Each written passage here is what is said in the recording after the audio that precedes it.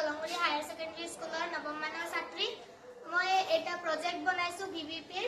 এই প্ৰজেক্টটো হৈছে পানী প্ৰদূষণ আৰু পৰিৱেশৰ ওপৰত ইয়াৰ প্ৰভাৱ। মানুহে নানা ধৰণৰ ৰাসায়নিক দ্ৰব্যৰ ব্যৱহাৰ কৰিছে। তাৰ ফলত বায়ু, পানী, মাটি আৰু খাদ্যদ্ৰব্যৰ ওপৰত প্ৰভাৱ পৰিছে। আমি বাছি লোৱা বিষয়টো হৈছে পানী প্ৰদূষণ। পানী প্ৰদূষণৰ নিৰ্বাচিত সমস্যাবোৰ হৈছে বিভিন্ন কাৰকৰ পৰা পানীৰ গুণাগুণৰ সমস্যাৰ সৃষ্টি হ'ব পাৰে। ইয়াৰ ভিতৰত ঔদ্যোগিক প্ৰদূষণ, কৃষিৰ বৈ যোৱা পানী, জলবায়ু পৰিৱৰ্তন, আন্তঃগাঁথনিৰ সমস্যা আৰু প্ৰাকৃতিক উৎস। এই পদাৰ্থবোৰে মানুহৰ স্বাস্থ্য, পৰিৱেশ আৰু অৰ্থনৈতিক প্ৰভাৱ পেলাব পাৰে।